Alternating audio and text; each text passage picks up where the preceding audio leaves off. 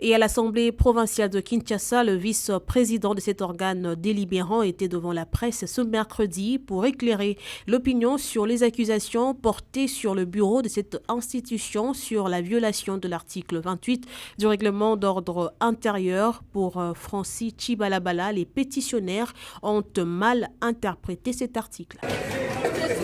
Le texte a été respecté sur toute la ligne dans l'affaire de la pétition contre le président de l'Assemblée provinciale de Kinshasa, Godem Poyi, affirme le vice-président de cette institution.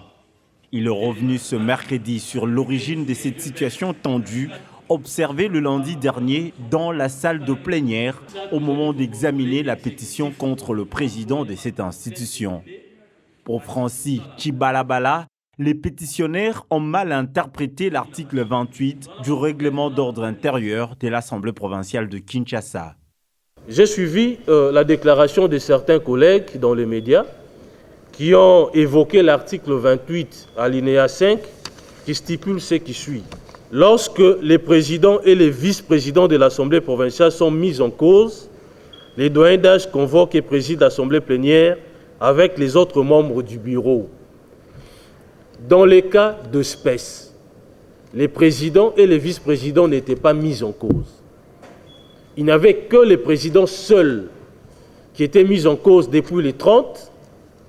Et nous avons convoqué la réunion le 5 avril, depuis le 30 mars. Nous avons convoqué la plénière le 5 avril pour examiner justement cette pétition-là. Et du 30 au 5, les vice-présidents n'étaient pas mis en cause. Ils font de l'amalgame, bien entendu.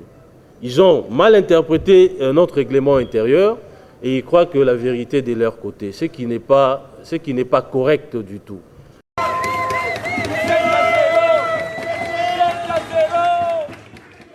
Rappelons que lors de l'examen de cette pétition, 33 députés provinciaux sur le 36 avaient voté contre, une manière de renouveler leur confiance en Godem Poyi à la tête de cette institution. Un revirement à 90 degrés, car initialement, les pétitionnaires étaient à 17, 3 seulement se sont présentés lors de cette plénière.